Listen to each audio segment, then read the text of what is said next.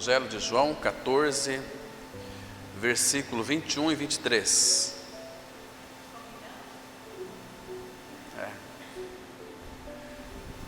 Diz assim a palavra: aquele que tem os meus mandamentos e os guarda, esse é o que me ama. E aquele que me ama será amado por meu Pai, e eu também o amarei e me manifestarei a ele. Versículo 23. Respondeu-lhe Jesus. Essa aqui é uma resposta que Jesus está dando a Judas, não o Iscariotes, mas aquele fiel apóstolo do Senhor, discípulo do Senhor. Quando ele perguntou para Jesus: que estás? De onde procede, Senhor, que estás para manifestar-te a nós e não ao mundo? Interessante essa pergunta que ele fez aqui. Aí Jesus respondeu para ele. Respondeu Jesus: se alguém me ama, guardará a minha palavra. Essa palavra guardará, ou guardar, ela significa obedecer a palavra do Senhor, reter a palavra do Senhor. Guardará a minha palavra e meu Pai o amará. E viremos para ele e faremos nele morada.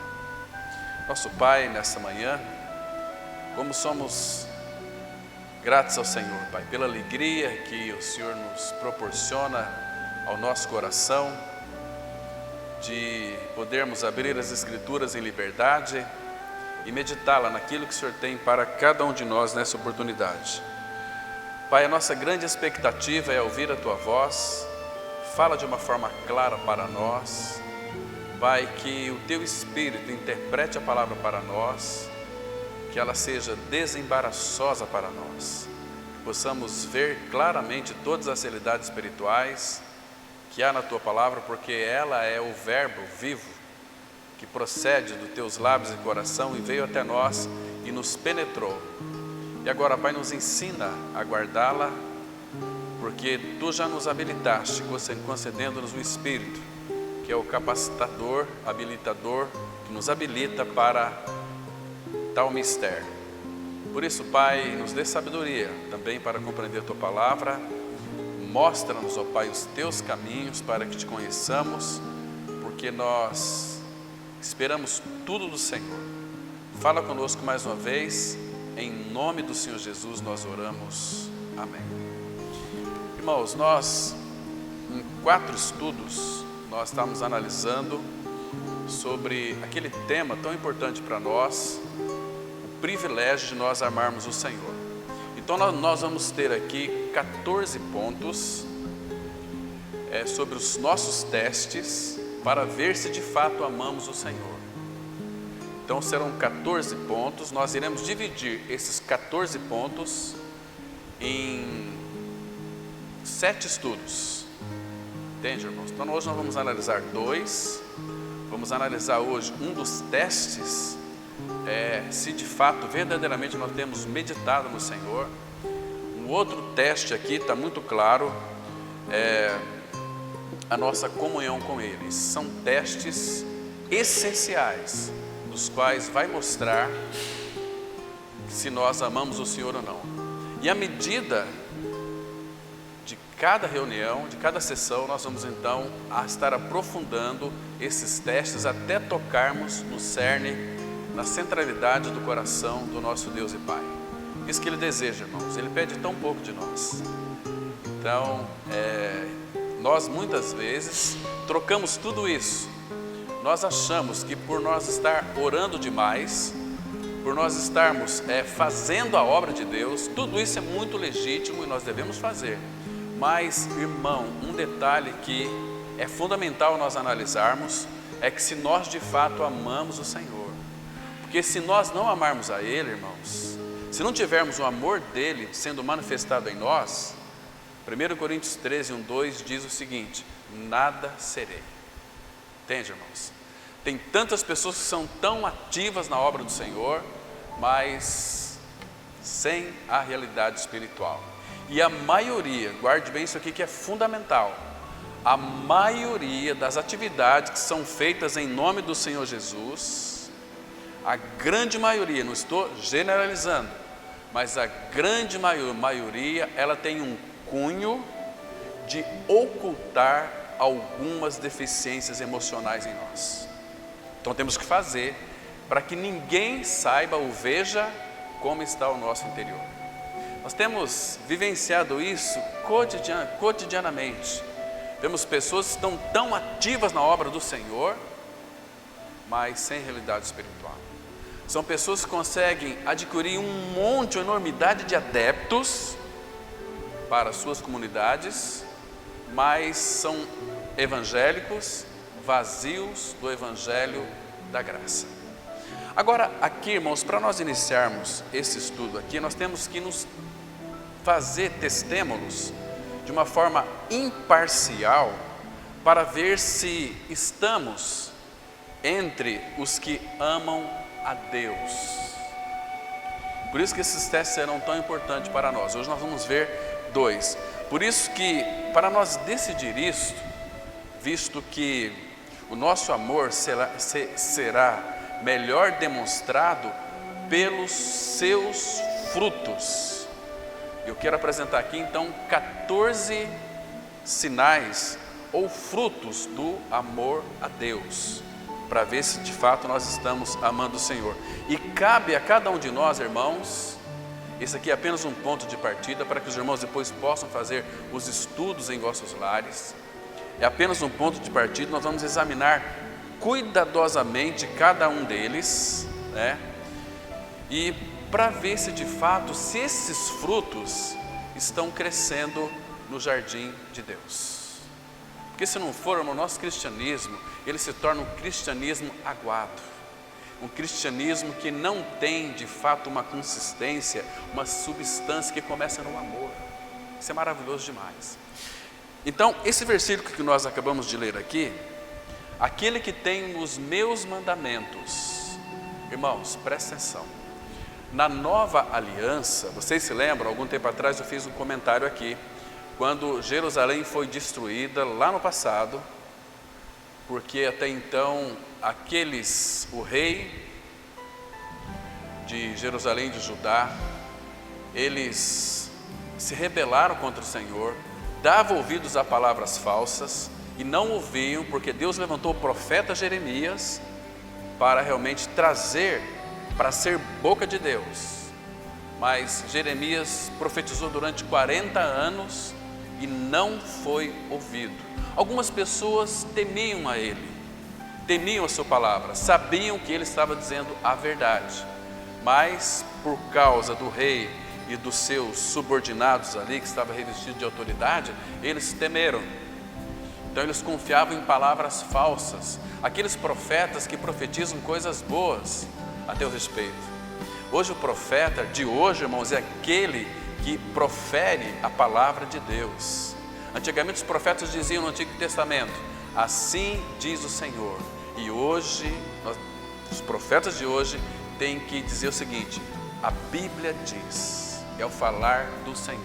Porque hoje Deus nos fala definitivamente no Filho, pelo Filho. Deus não tem um falar fora do Filho. Ah, Deus me mostrou, Deus falou comigo. Cuidado com essas vozes, irmãos. Essas vozes do sobrenatural, você não tem discernimento para identificar se é a voz de Deus ou se é a voz do Senhor Jesus. Como nós vamos identificar a voz do nosso amado Senhor? Ele disse isso em João 10, 27. Ele disse assim, as minhas ovelhas ouvem a minha voz, eu as conheço e elas me seguem. Eu lhes dou a vida eterna, jamais perecerão. Então, as ovelhas do Senhor, os filhos de Deus, eles têm prazer na palavra. João 8, 47. Quem é de Deus, ouve as palavras de Deus. Jesus diz para aqueles fariseus, por isso vocês não me dão ouvidos, porque vocês não são de Deus.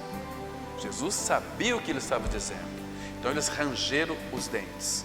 Irmãos, quando Jerusalém foi destruída, não ficou pedra sobre pedra, os muros caíram, Jeremias parou-se e olhou para contemplando aquela cidade. Baruque chegou lá dele e disse o seguinte: Lamentações. Jeremias, será que Jerusalém será reconstruída novamente?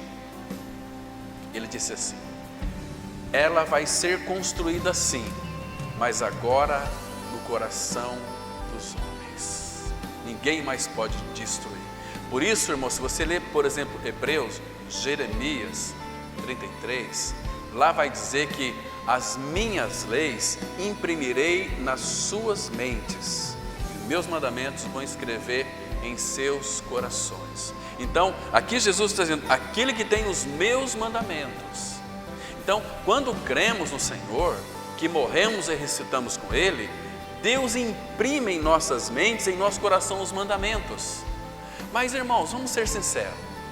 Você e eu, nós não temos capacidade de cumprir absolutamente nada da Bíblia. Ou você acha que você tem? Você querer, desejar cumprir um mandamento, na energia da sua carne, na sua força, não, eu vou obedecer a Bíblia. Para com isso, você não consegue obedecer a Bíblia. A carne não consegue obedecer a Bíblia. Não tem possibilidade. Mas tem uma novidade aqui que é muito interessante, que nos torna obedientes. Quando o apóstolo Paulo disse lá em Romanos capítulo 7, de 1 até o versículo 4, ele faz uma analogia do casamento entre o marido e a mulher, dizendo o seguinte: a mulher está ligada à lei do marido, do matrimônio, até que ele morra. Se o marido morrer, ela está livre para casar com quem quer que seja, fazendo uma analogia entre nós, que somos a noiva do Cordeiro, e o marido e a esposa. Paulo também vai dizer isso lá em Efésios capítulo 5. Mas, queridos, aquela mulher, ela está casada com uma lei. Ali o marido é a lei, mas ela não consegue cumprir a lei, embora ela queira, porque o mandamento do Senhor é bom, justo, é reto, é adequado, mas ela não consegue cumprir, e aqueles mandamentos começam a sufocá-la. Então ela vê outra pessoa, puxa vida, eu queria tanto casar com aquela pessoa, nosso Senhor Jesus, porém ela está ligada à lei. Mas, querido, você acha que a lei vai morrer? A lei não vai morrer. Então quem morre é a mulher.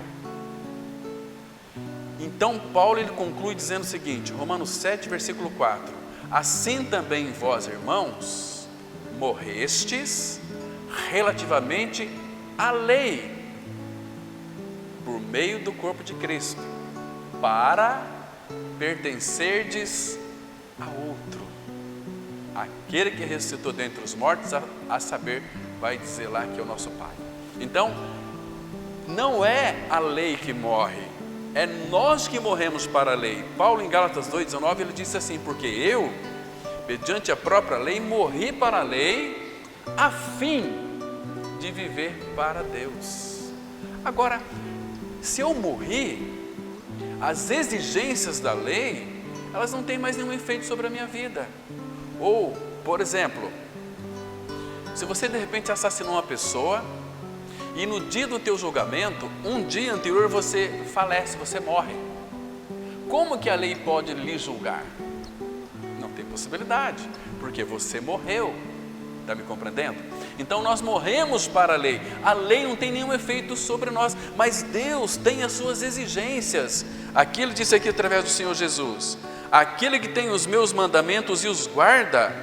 Aqui não fala de mandamento, nem de 10 mandamentos. Aqui a Bíblia fala dos 613 mandamentos para nós cumprirmos, mas nós temos condições de cumprir? Somente Deus pode cumprir isso aqui, porque a lei é espiritual, o mandamento é reto, justo e bom, mas eu sou carnal, vendido ao pecado. Como que eu posso cumprir algo que está fora do meu alcance?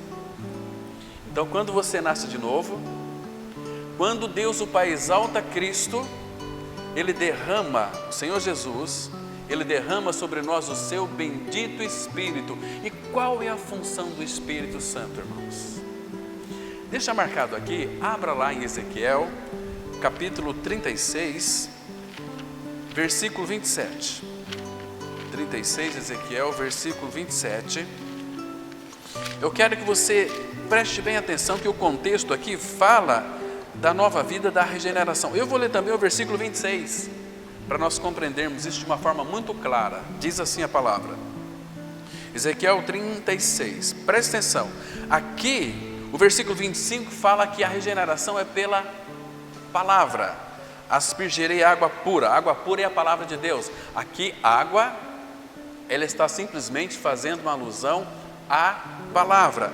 Agora no versículo 26 diz assim, aqui é uma promessa, aqui, essa profecia aqui se cumpriu com Cristo na cruz, porque lá na cruz houve o nosso transplante de coração.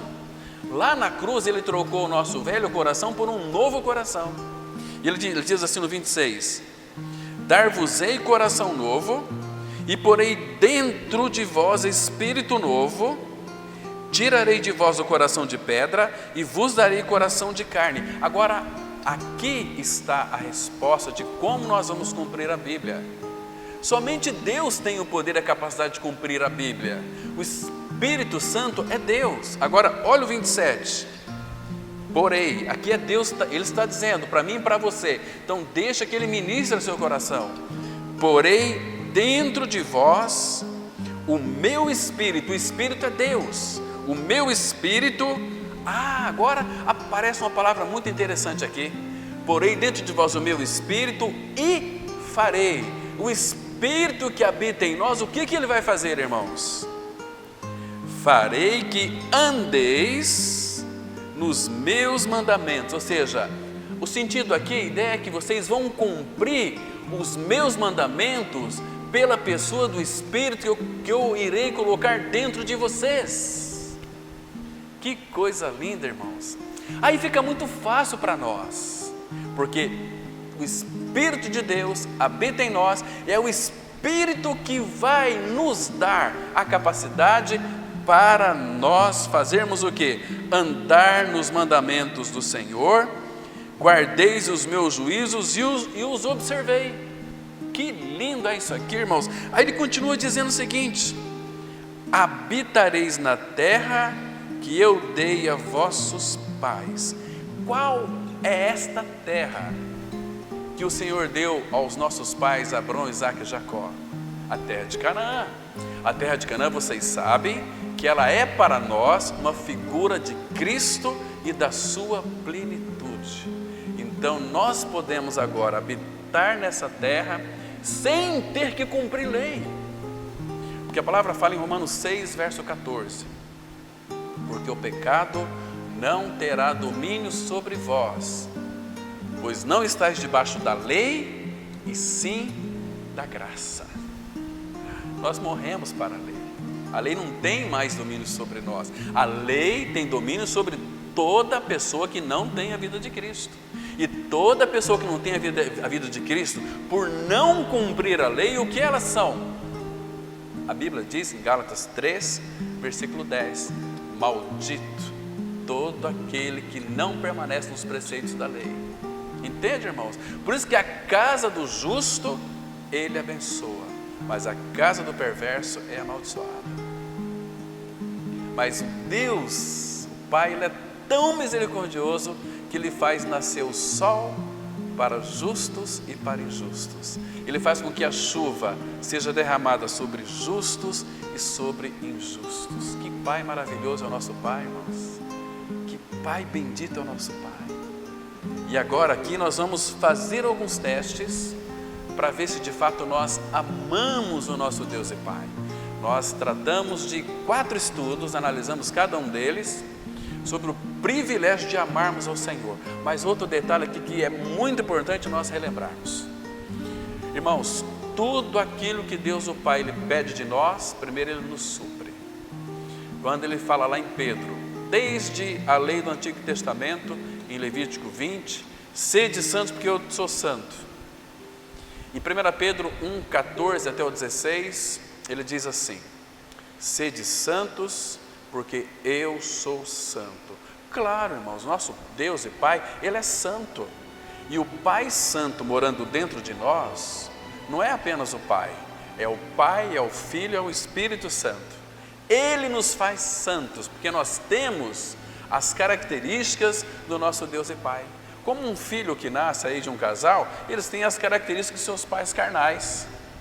Nós somos filhos de Deus em Cristo. Nós não somos crentes apenas, nem evangélicos. Nós somos santos e amados do Pai. Sede santos, porque eu sou santo. Então, primeiro, para que nós sejamos santos, Ele vem para dentro de nós, nos habilitando, nos fazendo santos. 1 Tessalonicenses 5:23. E o mesmo Deus da paz vos santifique em tudo, vosso espírito, alma e corpo, sejam conservados irrepreensíveis, íntegros, até a vinda de Cristo. Então nós somos santos, irmãos. As cartas do apóstolo Paulo são endereçadas a santos. Hebreus 12:14 diz assim: segui a paz com todos e a santificação, sem a qual ninguém verá o Senhor. 1 Tessalonicenses 1 diz assim: e esta é a vontade de Deus, a vossa santificação.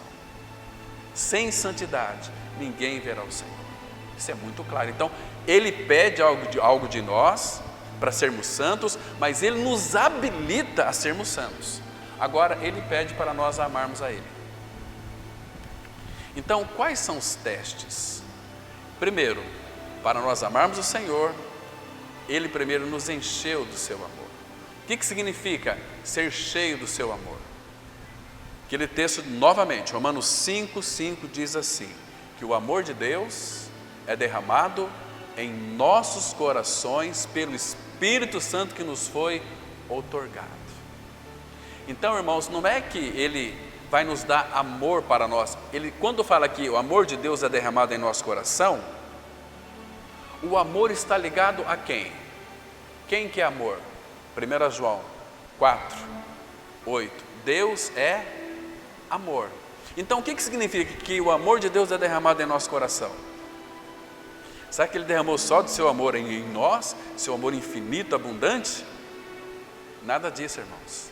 Ele mesmo, como o nosso amor, vem para dentro de nós. É um amor que ninguém consegue separar. Permita-me ler com vocês Romanos capítulo 8. Eu quero mostrar para os irmãos aqui, irmãos, a segurança que nós temos neste amor. Por isso que ele falou lá em João 4, que o perfeito amor lança fora todo medo, todo medo.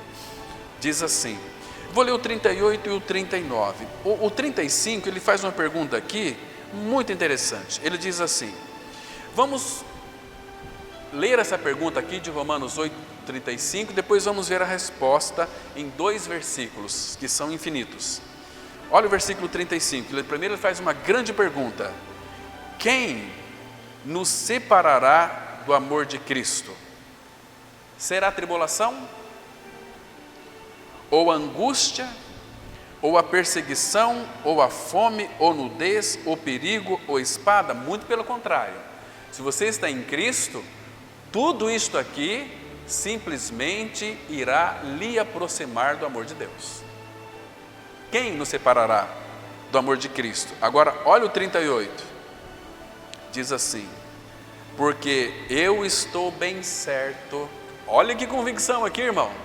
Eu estou não certo, mas bem certo, de que nem a morte, aleluia, irmãos, nem a morte, nem a vida, nem os anjos, nem os principados, nem as coisas do presente, nem do porvir, nem os poderes, nem a altura, nem a profundidade, nem qualquer outra criatura poderá separar-nos do amor de Deus que está em Cristo Jesus, nosso Senhor. Irmãos, quem pode nos separar do amor de Deus que está em Cristo? Então, o amor de Deus é derramado em nossos corações pelo Espírito que nos foi dado. Ou seja, Deus não pegou na sua despensa e pegou o amor lá e deu para nós. Não, Ele veio para dentro de nós como o nosso amor. Então, Ele é que sustenta o amor. Irmãos, que delícia é isso, queridos. Que maravilha é isso. Irmãos, quando nós entendermos este amor, as nossas orações, elas não serão mais egoístas. O que seriam essas orações egoístas? Ai, Pai, me abençoa meu trabalho. Ai, Pai, abençoa meus filhos. Não é errado isso aqui não, irmãos. Devemos orar por isso. Ai, Pai, abençoa isso, abençoa não sei o quê, minha tia, meu tio, abençoa minha vovó, abençoa meu irmão, abençoa... Tá, tudo bem, ok. Ele entende, vai ouvir. Segundo a vontade, Ele vai atender. Mas, irmãos, o Pai, Ele está mais interessado com aquelas orações de intimidade com Ele. Aquela oração que demonstra o quanto nós o amamos em realidade espiritual. Ter uma vida derramada a seus pés. Às vezes nem pedindo nada, mas dizer: Senhor, eu te amo profundamente, do mais íntimo do meu coração. Isso significa ter intimidade com o Todo-Poderoso. Intimidade com Ele, ser tocado por Ele, ser invadido pela presença dEle, com uma alegria, irmãos, plena. Você transborda de lágrimas aos pés do Senhor, porque o ama, porque você está falando com uma fonte de todo o amor. Que legal isso, irmãos. E você tem um quarto lá na sua casa.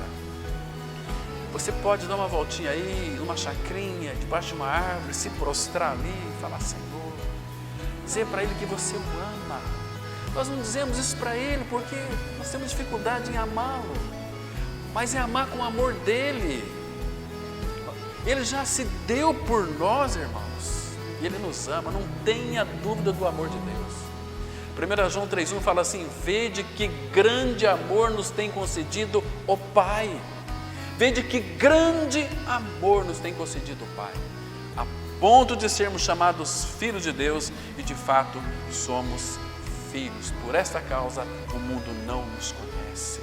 Você é muito amado. Você soubesse, irmão, o quanto que você é amado, você não ficaria preocupado com as coisas desta vida mais. Não importa o que aconteça, Ele me ama.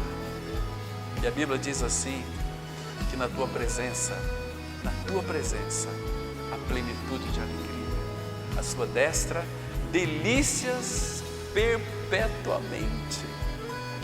Aqui, embora no mundo nós vamos ter aflições e com a paz de Cristo, mas nós temos muitos momentos de alegria e felicidade do que de tristeza, irmãos, porque o choro da nossa tristeza pode durar uma noite, mas a alegria, diz a Bíblia, ela vem pela manhã. Agora, se você não for a pessoa mais feliz deste universo, você não está sendo um filho adequado, você é um filho contrassenso. Irmãos, como pode existir na vida de um filho de Deus murmuração? Como pode, irmãos?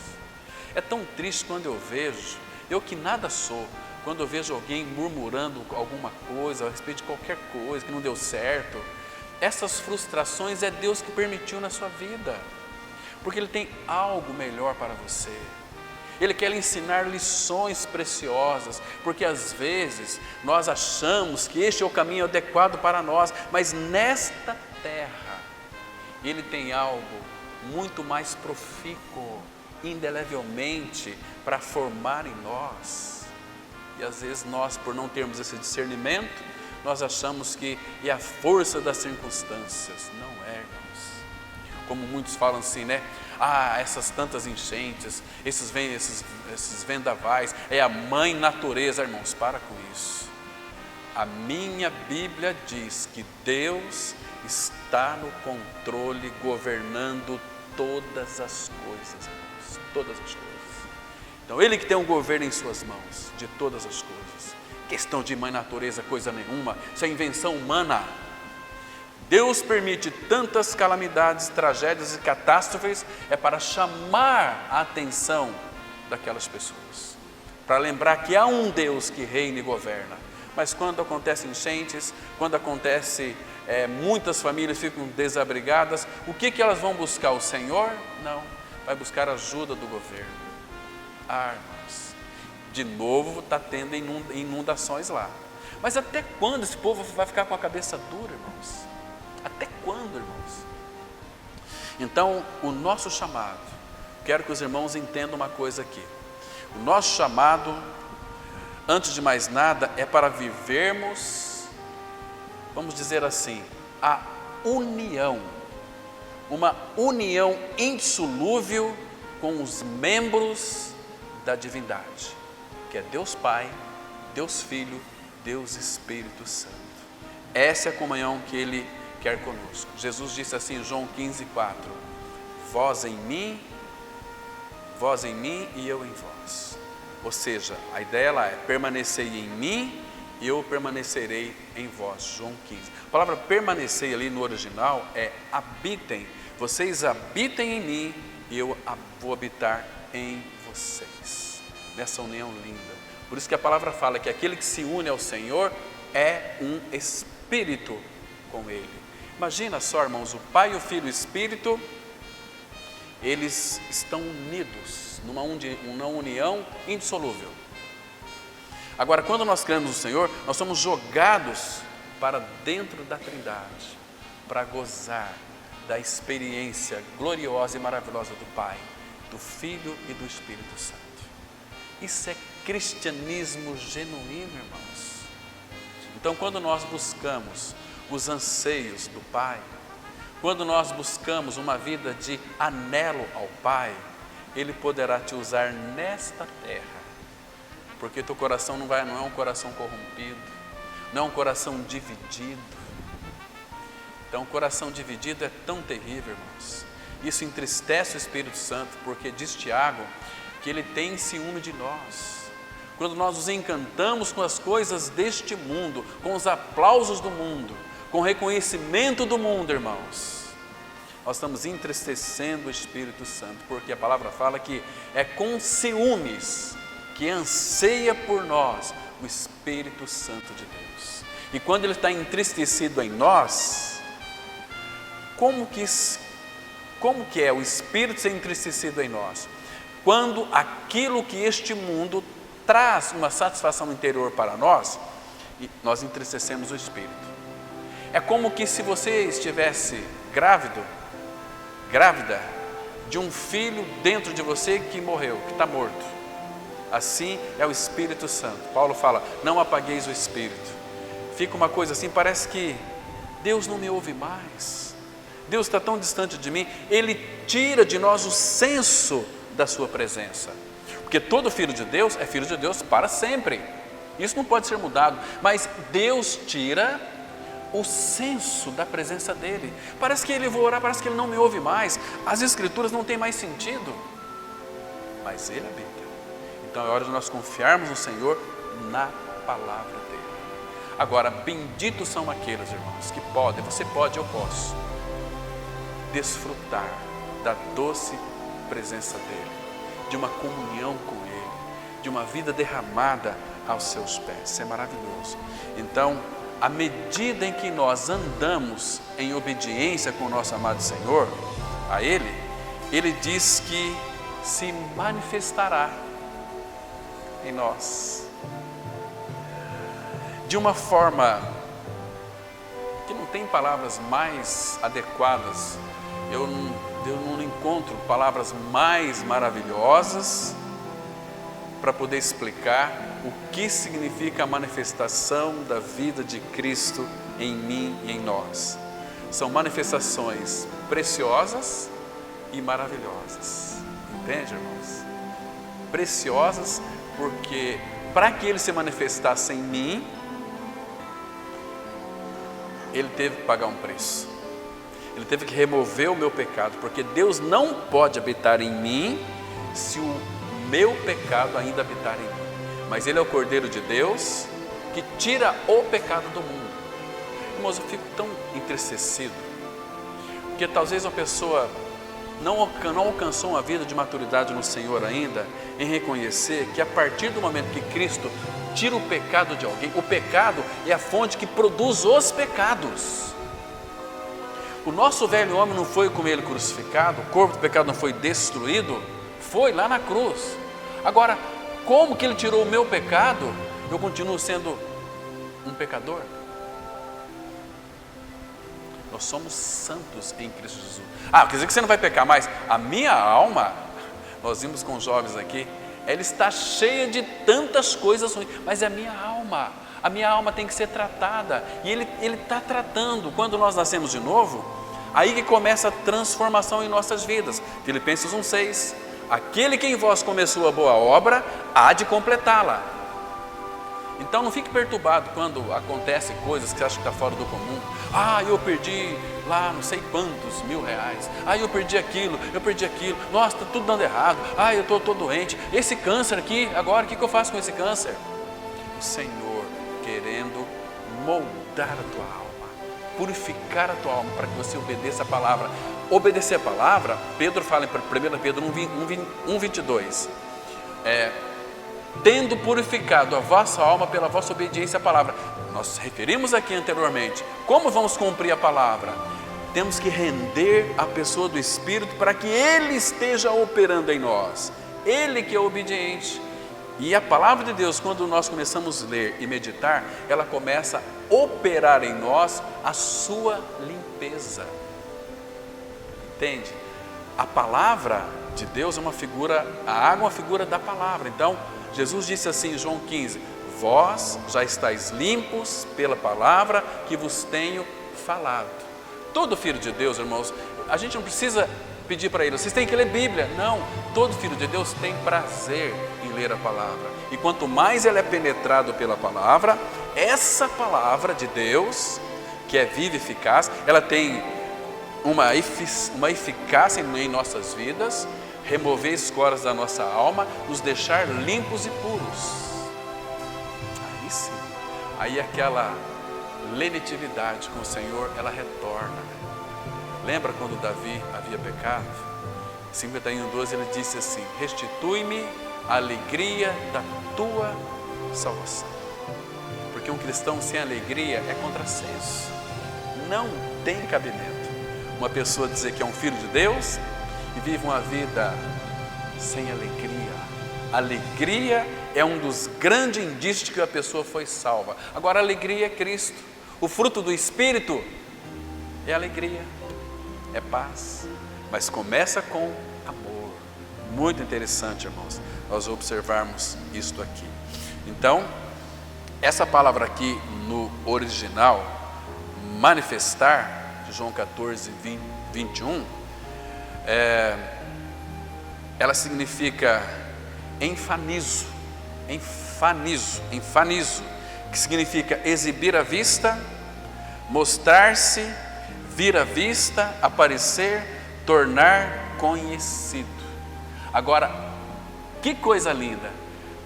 Aquele que tem os meus mandamentos e os guarda, esse é o que me ama, e o que me ama será amado por meu Pai, e eu me manifestarei a ele, meu Pai vai se manifestar a ele. Ou seja, nós somos a igreja, o corpo de Cristo.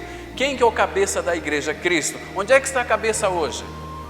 Na glória. Mas onde é que está o seu corpo? Aqui na face da terra. Então, como que o mundo vai ver Cristo hoje? Pela manifestação dele em nós. De que maneira? Se nós guardamos os seus mandamentos, obedecemos os seus mandamentos.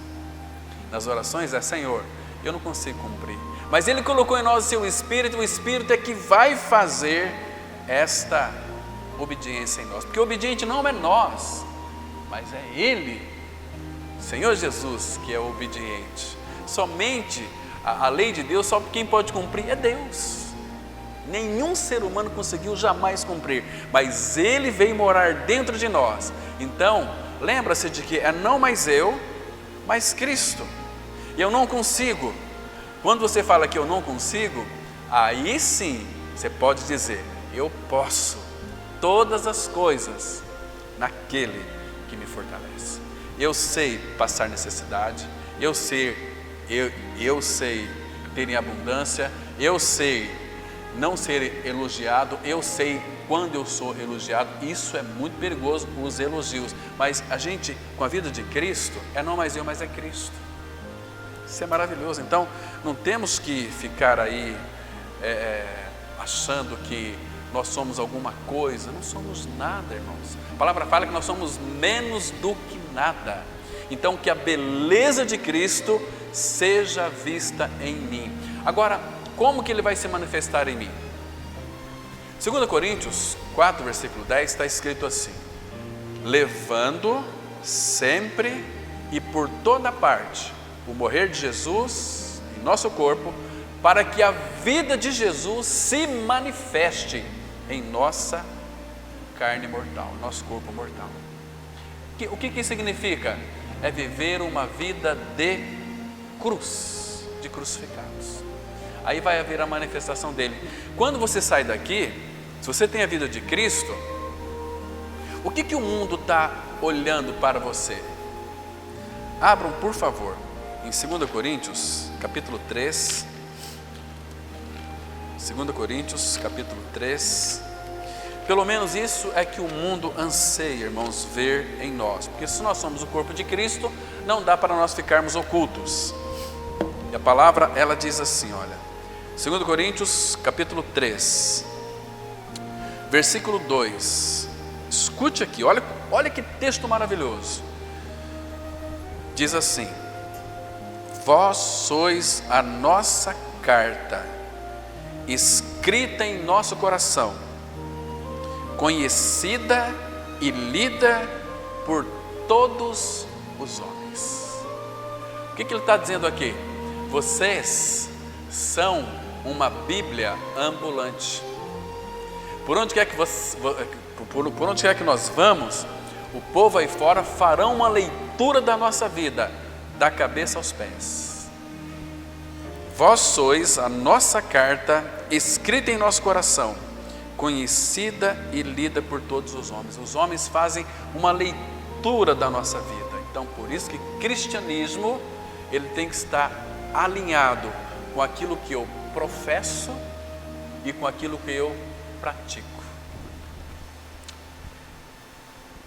Quando você professa e não pratica, a Bíblia diz que você está negando o Senhor, desmentindo pela sua própria vida.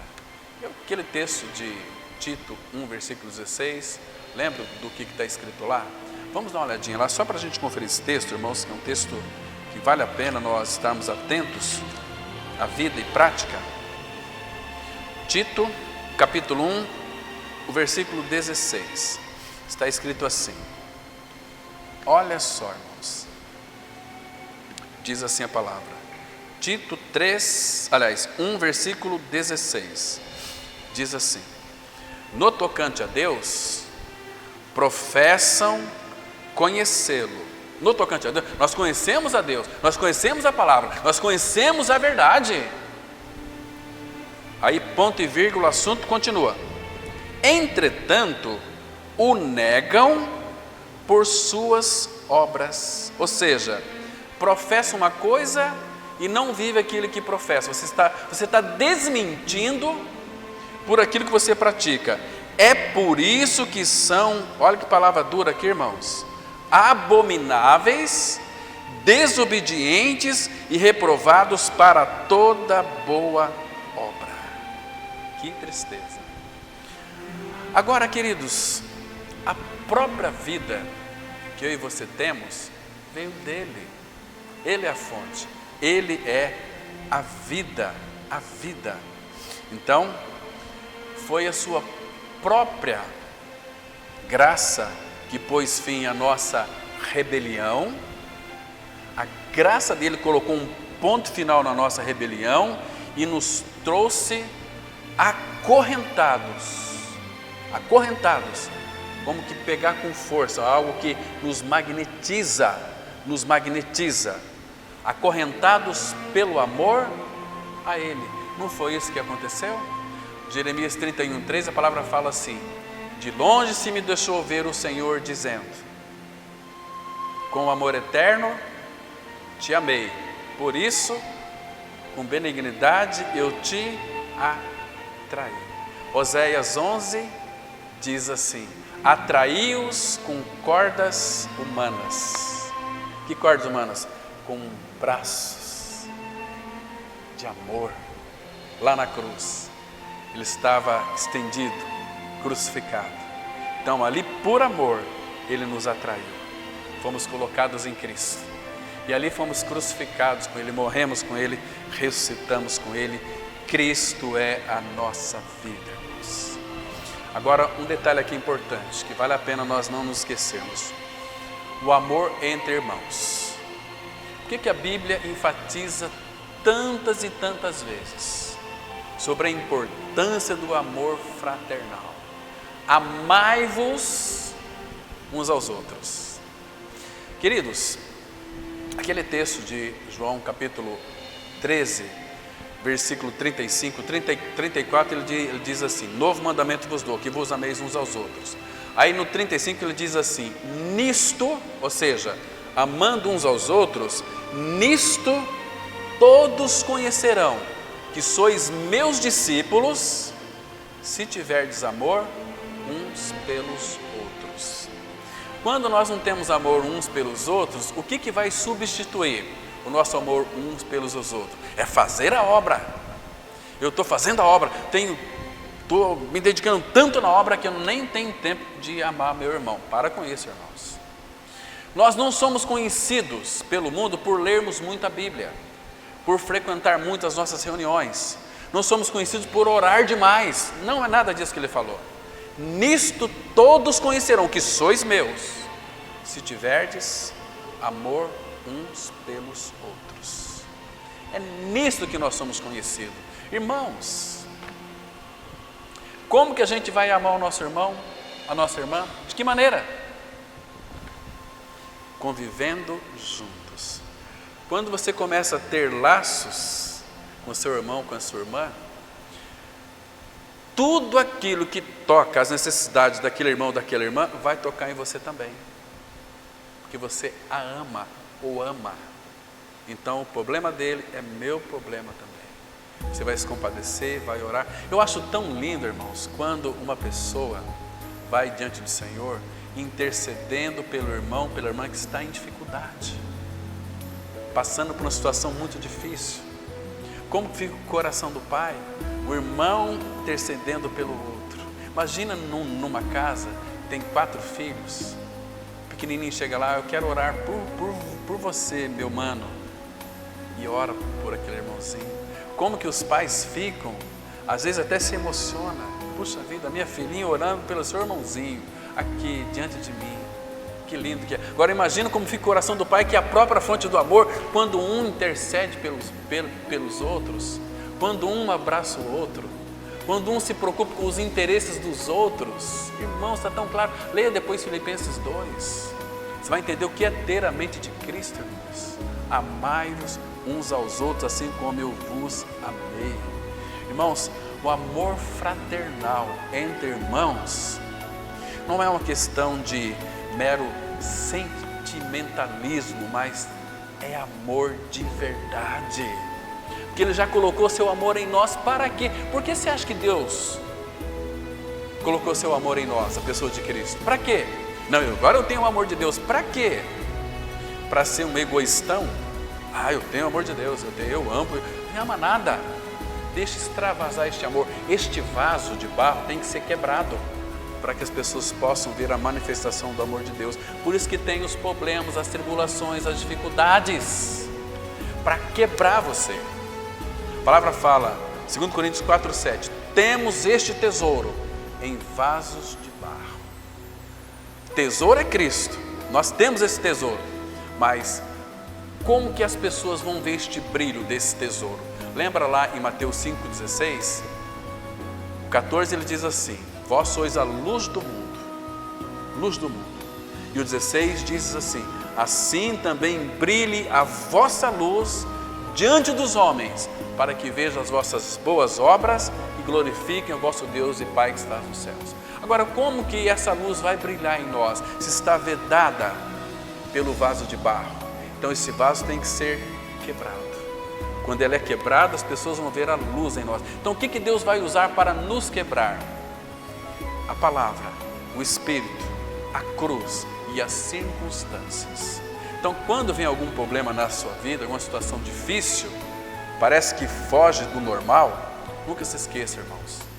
Começa a dar pulo de alegria, começa a se alegrar, se regozijar, porque a Bíblia diz, Tiago 2, 1, versículo 2, ela diz assim: irmãos, tende por motivo de toda a alegria o passardes por várias provações. Ah, para com isso, irmão. Isso é loucura. Como que eu posso me alegrar na minha tribulação? A tribulação seja um motivo para você se alegrar, mas pensa que é uma alegria aqui, uma alegria eterna. Naquele momento, Deus sabe que somos fracos e falhos. A gente vai entristecer, vamos até chorar, mas Ele diz que vai transformar a nossa tristeza em alegria. E a nossa alegria ninguém poderá tirar mais de nós. Então, você vai ter motivo por se regozijar por aquela tribulação que você passou, entristeceu, mas depois fala, puxa vida, graças a Deus por aquela tribulação, por aquela perda, por aquele momento difícil que eu passei. Hoje eu posso me alegrar bastante. E assim você vai amadurecendo, assim Cristo vai sendo formado. Aí você vai ter dificuldade de amar mais seu irmão. Puxa, que coisa linda isso, irmãos. Deus é um Pai tão perfeito. Então, quando nós praticamos a palavra, amando os irmãos, de fato nós estamos demonstrando ao Pai que nós amamos a Ele. Qual que é a evidência real de que amamos a Deus? Amando os nossos irmãos. Vamos lá para 1 João capítulo 4, vamos ler os versículos 11 e 12. 1 João 4, 11 e 12. Olha que lindo aqui, irmãos.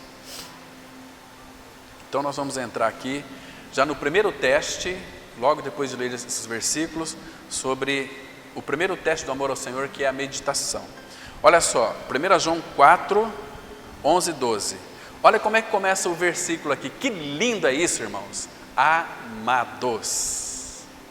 Amados. Sabe o que isso significa? Que você é um amado, uma amada de Deus. Ô, irmãos, isso deve trazer para o nosso coração uma grande alegria. Quem é que te ama? Você está vendo tudo isso aí que os teus olhos possam alcançar? Foi meu Pai quem criou e Ele me ama. Ah, você está com conversa? Não, eu creio, meu Pai é um Pai de palavra. Ele diz que me ama. E eu creio que Ele me ama. E eu tenho percebido este amor no meu interior. Olha o versículo 11. Amados, se Deus de tal maneira nos amou. Irmão, você quer uma prova disso? Que Deus te amou de tal maneira? Não tinha outra forma mais profunda dele demonstrar o amor dele por mim e por você. Romanos 5,8 diz assim: mas Deus prova o seu próprio amor para conosco pelo fato de ter Cristo morrido por nós, sendo nós ainda pecadores. Se Ele morreu por nós, Ele não morreu por Ele. E se Ele morreu por Ele, aquela morte era a minha morte. Que lindo, irmãos. Então, se Deus de tal maneira nos amou, devemos nós, aqui é dever, é responsabilidade, é obrigação nossa. Devemos nós também amar uns aos outros. Agora, olha o 12, que lindo que é. Ninguém jamais viu a Deus. Se amarmos uns aos outros, Deus permanece em nós, e o seu amor é em nós aperfeiçoados. Que lindo, irmãos. E ele vai dizer algo mais interessante ainda, no verso 13. Nisto conhecemos que permanecemos nele, e ele em nós, em que nos deu do seu Espírito. Quando o Espírito Santo veio para dentro de nós, o amor de Deus é derramado em nossos corações pelo Espírito que nos foi dado. Tudo que é divino, tudo que é celestial, do amor de Deus, veio para dentro de mim e de você. Você precisa descobrir isso que já está em você. Mas, gente, quando eu vejo alguns cristãos, ranheta, mas não sei o quê, mas aquele irmão lá é chato, mas é claro, Deus não vai, a igreja é lugar de gente chata, gente problemática. Como é que você vai exercitar o amor de Deus? Você vai amar alguém que é amável? É fácil demais. Mas e aquela pessoa chata? É o exercício que você tem que fazer para amá-la. É desta forma que o amor dele vai crescer em mim e em você, vai ser aperfeiçoado. Irmãos, e como melhoram as pessoas depois que você ama elas? Não é que as pessoas melhoram, é que você estava cego, não via. Então, quando eu amo o irmão, eu estou amando o próprio Pai que habita naquela irmã e naquele irmão. Isso é maravilhoso demais, irmãos. Agora, que cristianismo o povo aí fora estão vivendo?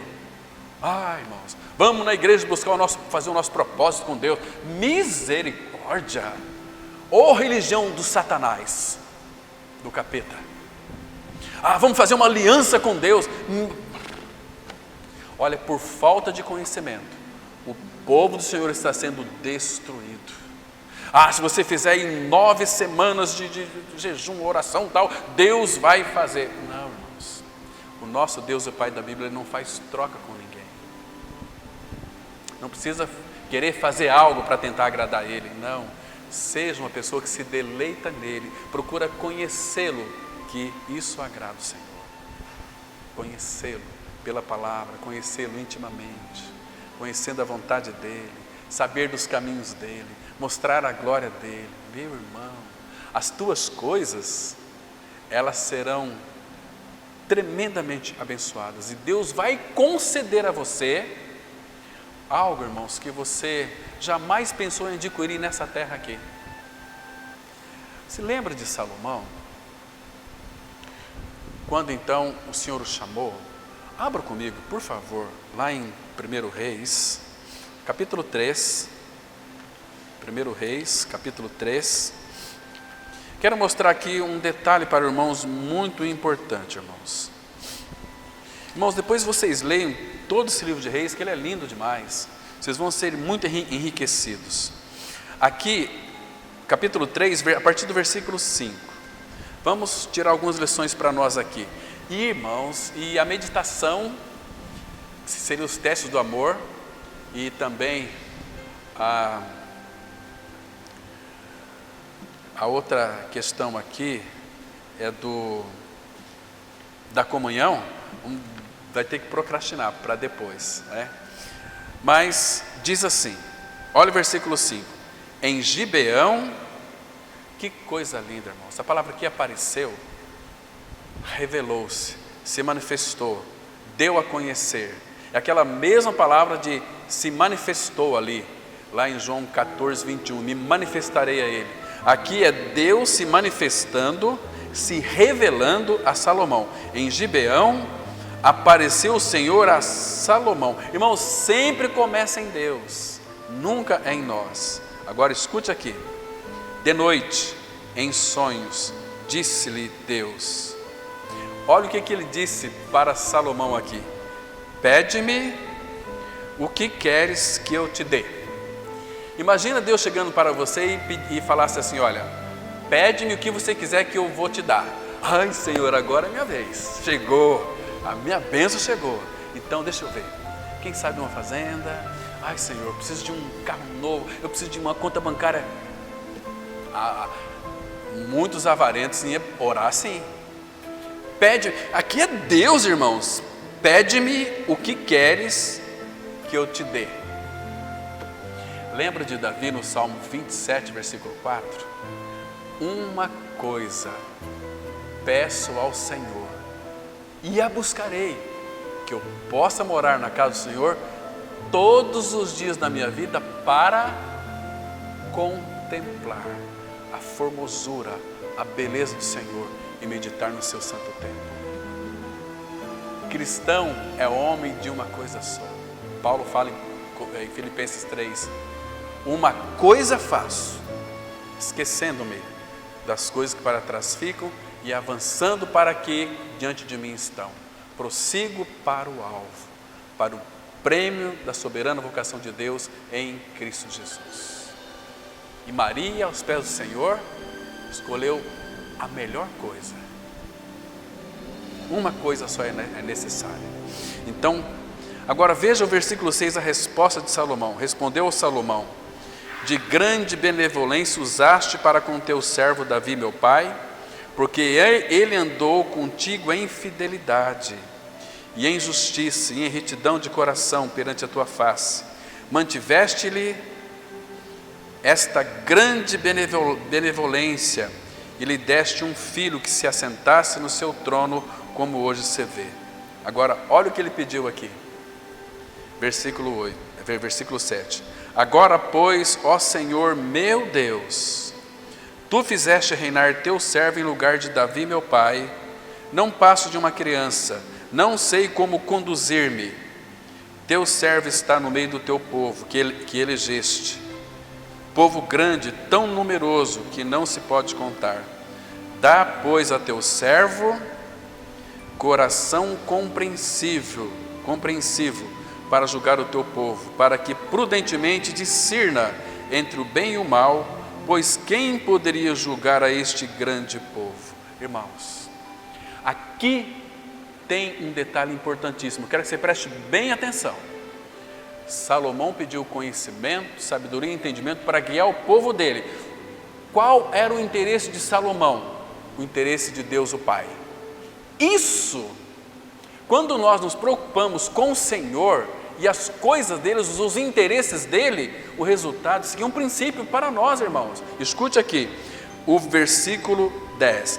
Estas palavras agradaram ao Senhor, por haver Salomão pedido tal coisa. Disse-lhe Deus: já que me pediste esta coisa e não pediste longevidade, nem riquezas, nem a morte dos teus inimigos, mas pediste entendimento para discernir o que é justo, eis que faço segundo as tuas palavras, dou-te coração sábio e inteligente, de maneira que antes de ti não houve teu igual, nem depois de ti o haverá. Também até o que não pediste eu te dou, tanto riquezas como glória, que não haja teu igual entre os seis por todos os teus dias. Está vendo aqui, irmãos? O que ele buscou diante do Senhor? Conhecimento para dirigir o teu povo. O que nós podemos buscar hoje? Conhecimento e entendimento para cuidar dos nossos irmãos. Ah, mas é o pastor. Para com isso, irmãos. Nós somos igreja de Cristo. Qual é a função da igreja? Depois vocês leem Neemias capítulo 3. É um cuidando do outro, um ajudando o outro. Entende, irmãos? E que o Senhor, irmãos, continue falando aos nossos corações, revelando e incutindo a sua palavra em nossos corações. E à noite nós vamos tratar, fizemos a introdução agora, e à noite vamos tratar sobre os primeiros dois testes, que é a meditação, e o outro teste é a comunhão. Se nós meditamos vamos aprender como meditar na palavra, uma forma, um teste de que amamos o Senhor, e como ter uma comunhão íntima com Deus e Pai. Nós temos sido chamados para a comunhão com Ele. Então, vamos parar por aqui e à noite nós vamos dar a continuidade. Vamos orar. Pai, muito obrigado, Pai, pelo tempo que passamos aqui, meditando na Tua Palavra. Nos dê sabedoria, inteligência, entendimento para contemplarmos a Tua face, para vivermos uma vida derramada a Teus pés, Pai, buscando os Teus interesses, buscando, Pai, as Tuas necessidades, buscando aquilo que o Senhor tem reivindicado de nós, a Tua igreja. Pai, nos desperta o Teu povo, porque nós estamos ouvindo a Tua palavra, e que essa palavra, Pai, não caia em solo que não seja fértil.